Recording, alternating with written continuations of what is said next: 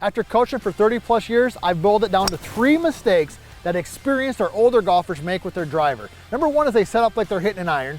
Number 2 is their backswing is not going the right direction for a driver. And number 3 is they fall back when they swing the club. This is what I tell them to fix it, and it works every single time. So when you're set up with the driver, it is different than an iron, all right? And for some reason, a lot of golfers, they just feel like there's one setup for every club. But here's what's different. When we're hitting a driver, okay, like today I've got my MaxVert 2 driver.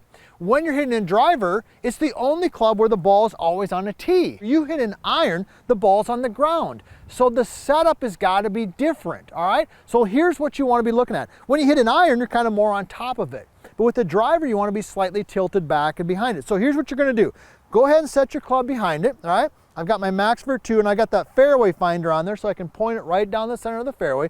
And here's what you're going to do. First thing is we're going to get the ball in the right spot. So you're going to take a mini step towards the target, and then you're going to take a big step away from the target, because I want that ball to be positioned more off the logo or the inside of your lead arm. The mistake that a lot of people make, this might be you, is they set up with the ball in the middle, kind of off the zipper right here, right? That's good for an iron, not good for a driver. So the first thing is let's get the ball in the right spot. The next thing you want to do is make sure that you've got a little bit of tilt. So you're going to take your lead hip and you're going to bump it over your lead foot, which is going to tilt your upper body back a little bit.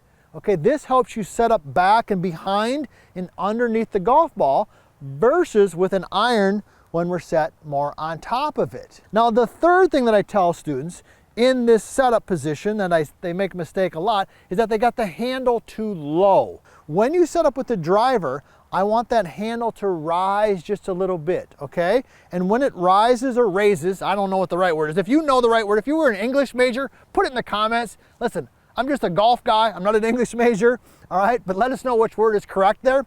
Take the handle and just lift it up a little bit like this. So I've got the ball off the inside of my lead arm. I've got the handle up a little bit, and I've got the 60-40. So that's the biggest mistake that I see golfers make in the setup. But the other mistake I see in the backswing that a lot of golfers make is their swing is too low and around, right? Because the club is a little bit longer, okay, they tend to swing the club low and around, okay? As the clubs get longer, golfers typically want to go ahead and swing the club low and around. What I want you to do is feel like the club works more up and down. So you're going to take your lead arm and just go ahead and lift it a little bit like this. Everybody see that? This is a little drill you can do. Because when you swing this club, if we want to get a lot of distance, we've got to get those hands nice and high. I want the club up here. Nick, can you see the difference between this, which is good, and that, which is bad? Can you see it? Okay.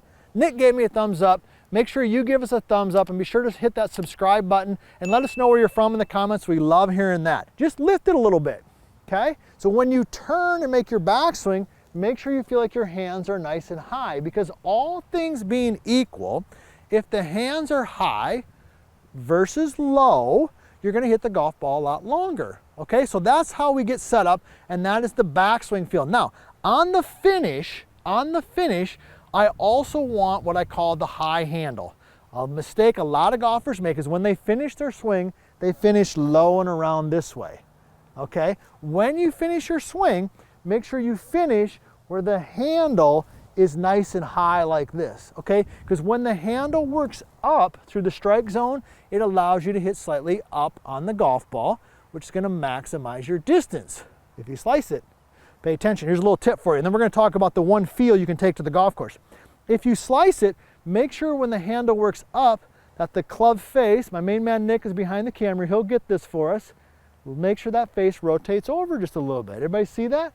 So if you're slicing it, make sure the toe of the club, which is right here, rotates over a little bit, right? So we fixed that setup.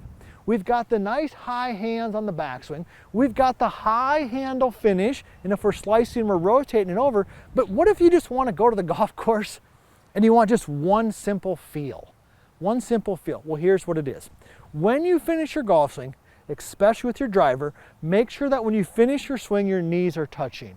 Because by far the most common mistake that golfers make with their driver is they stay back and they hang back on their back foot. Make sure that when you finish your swing, that your knees are touching. Because if your knees are touching, That's gonna help you get forward and get through the golf ball. Now that we fixed your driver, check out our next video to help you out with your golf game. And if you wanna personally work with us on your game, check out vlscoaching.com.